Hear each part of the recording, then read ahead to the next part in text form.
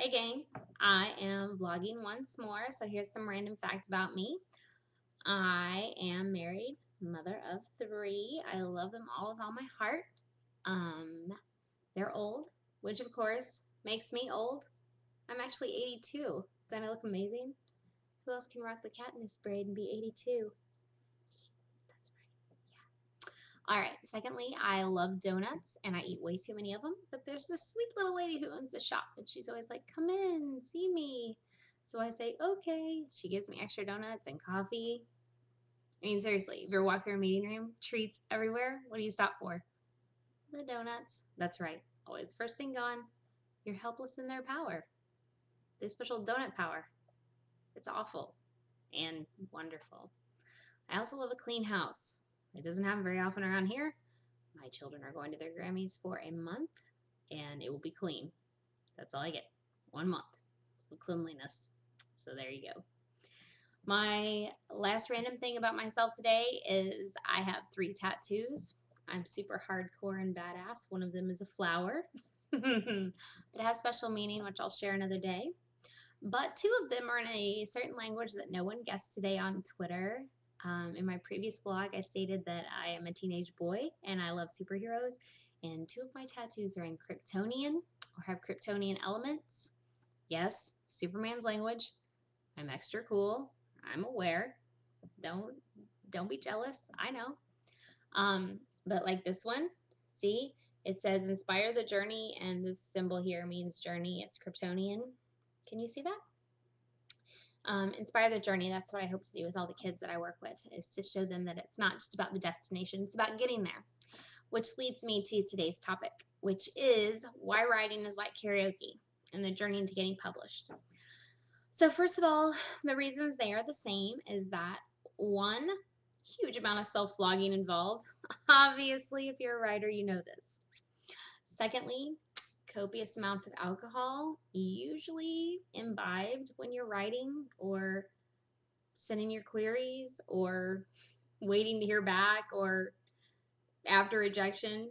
Any of those times, fill it in. Wine, bourbon, vodka, I don't know. Pick your poison. But it happens. Third, huge amounts of humiliation and ego flattening.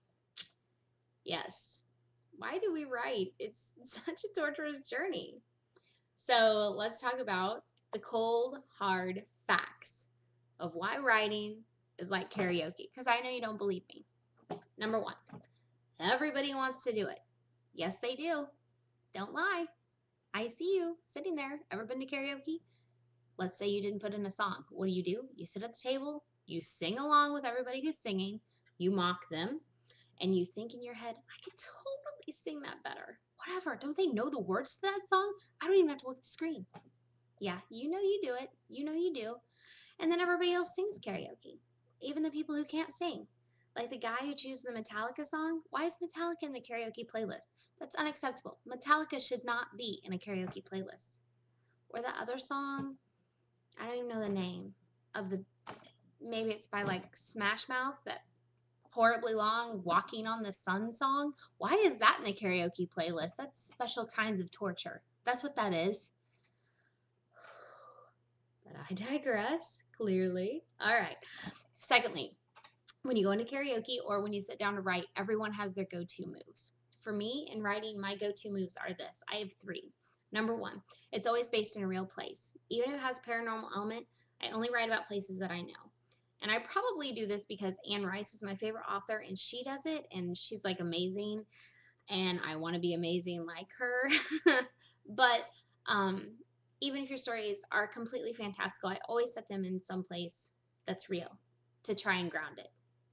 Secondly, I always have 2 points of view from both of my main characters because I like to be in both of their heads. I am really bad about being an omniscient writer, so I break it down into the 2 different perspectives. So it goes back and forth, which is probably why I'm not published. Or maybe it'll be a totally endearing quirk and it'll be like my thing, my signature. I don't know. Which leads me to go to number 3. I always write in first person. I cannot do the second person or the third person thing. It's not me. So those are my go-to moves. And it's the same thing in karaoke. You know, you all sit down and you pick out your song, and maybe you already know the page number out of that overly big book, or maybe you even know the number of the song. I mean, not that I would know the number of a song, because that would be crazy to know the number of your karaoke song. I wouldn't do that. Anyway, my go-to songs are Redneck Woman by Gretchen Wilson. Yeah, buddy. That's right. That's what I sing. Redneck Woman. Yeah. And then my second song is usually for my friend Becky. I sing Holding Out for a Hero by Bonnie Tyler, bringing the 80s back. And then number 3, I sing with my best friend, my best friend Candace. We sing California Dreamin' because our harmonies are sick. Yes, you can be jealous of that one because we pretty much rock. But anyway, what? The mamas and the papas rock? Don't look at me like that. Come on, they do. Mama Cass? Yeah, she was awesome. Anywho, number 3, reasons that karaoke is like writing are the stages you go through. First, you completely look forward to it. You plan your songs out ahead and you're excited about going to karaoke and you get all fixed up and maybe you sing out loud in the bathroom while you're putting on your makeup. Or maybe you don't wear makeup and you're like waxing your head or shaving other bits. I don't know what you do to get ready, but anyway, you're doing it and you're excited the entire time. This is all preparation. In writing, it is the writing. The words are coming to you, your characters are coming to life. You're building the place they live. It's complete magic and chaos all at once, but it's exciting and you love it and you thrive on it. Okay, then the paralyzing fear sets in.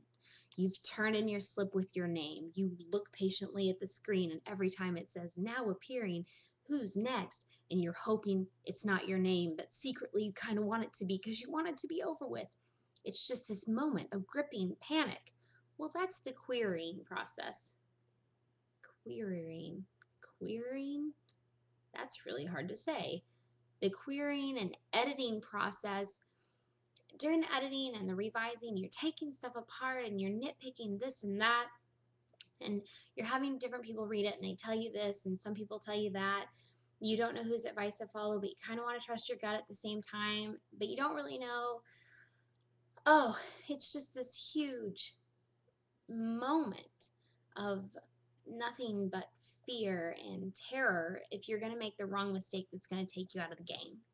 So there's that moment right before you get up on stage to sing. It's the same thing. Okay, the next thing is you get up there and you sing your song, or you finally decide that you've built your Frankenstein's monster and that your manuscript is what it's going to be before you send it out. And you look out at the crowd and there's that moment. What is their reaction?